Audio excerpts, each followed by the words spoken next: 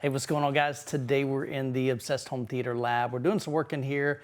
Manny's in the back getting our new rack set up from Red Atom. And so while he's doing that, I thought I would take a moment. We need to run about 6 cables from one of our switchers to the amplifiers, and we need them to be pretty short. And so I thought I'd take the opportunity to share with you some banana plugs. I've always loved banana plugs. I've always used them in my system, but over the years, I've just used a variety of them. I found some that worked okay, found some that didn't work okay, and I found some that worked really good. And probably over the past year, I ended up getting in touch with Sewell. They sent me some of their products. Really fell in love, not with all of their products because I didn't need them in my system.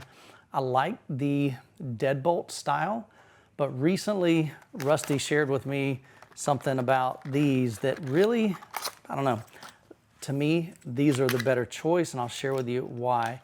These are called the Striker, but basically 2 real benefits of these: speed, and then these are super narrow, so they're not gonna take up as much space on the back of your AVR or your amplifier. And so we've got some monoprice speaker cable. I've been a monoprice fan for years and years and years. Just super budget friendly. This is 12 gauge in the bulk wire, the bulk spool here.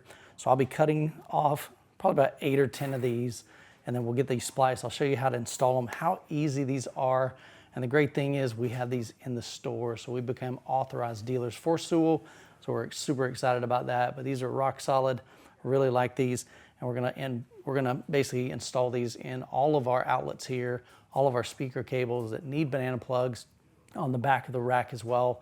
And then I went ahead and bought another couple of sets of these Strikers, and I'm gonna outfit my whole home theater with that so that it's all uniform, nice and clean. So let's bring the camera up here and I'll show you how to install these. So here you can see I've already got one already assembled. So I'm gonna lay this off to the side. Inside the Sewell Striker, you're gonna get 14 pair of these. I've already assembled some of these. So I use monoprice. I like the monoprice speaker cable. It's very affordable. We've got it here in 200-foot roll. This is the 12 gauge. I even use 14 gauge sometimes in my home theater. I think either one works fine. 12 gauge is a little bit more difficult to work with, but we'll go ahead and pop 2 of these out. So we'll get a red one, get a black one, set this off to the side. All right, so the first thing we're gonna do is take our wire stripper, the little metal part back here. I'm just gonna strip it down, maybe about 2 inches. So the key is here, go slow. I recommend don't like really pinch down because you're gonna cut the wire. We just wanna score that enough to where we can twist this, and then that'll pop right off just like that. Because the thing is if you cut too much, you're gonna end up cutting into the jacket of this black one or this red one, and then you could run into some issues with wire shorting out and such. So we're gonna trim off. I recommend, so we've got 12 gauge wired. So on here it says 12 gauge. So we'll put it right in there. So I don't recommend trimming off a lot. So we're gonna do probably like about a 1/4 of an inch, 1/2 inch at the most, but probably not even a 1/2 inch. So we'll do that one.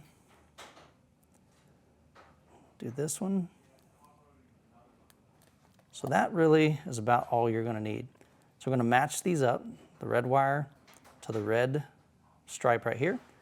So to unscrew these, you can pull this off at about 6 turns. So we don't wanna go 6 turns, but we don't wanna do like a 1/2 turn. So I recommend just at least give it several turns. So I'm gonna do like 1, 2, 3.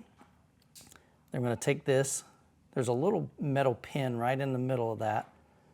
So I'm gonna move this white piece right there. Make sure all of these strands get right inside the barrel. I'm gonna push it all the way through as far as you can.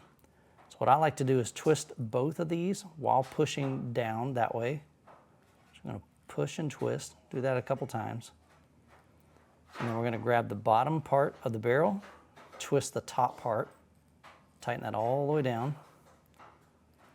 just like that. And then what I like to do, just for some safe measure, I'll take the tips of my wire strippers and grab just the base down here, And that just gives me some extra leverage to tighten it down.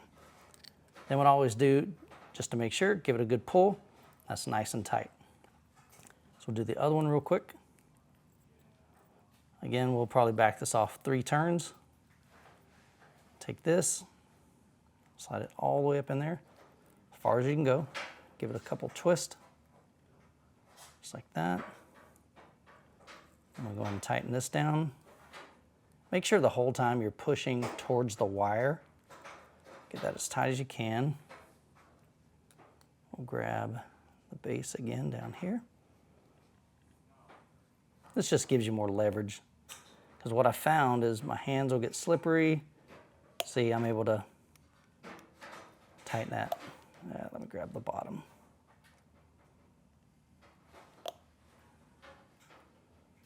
Just like that.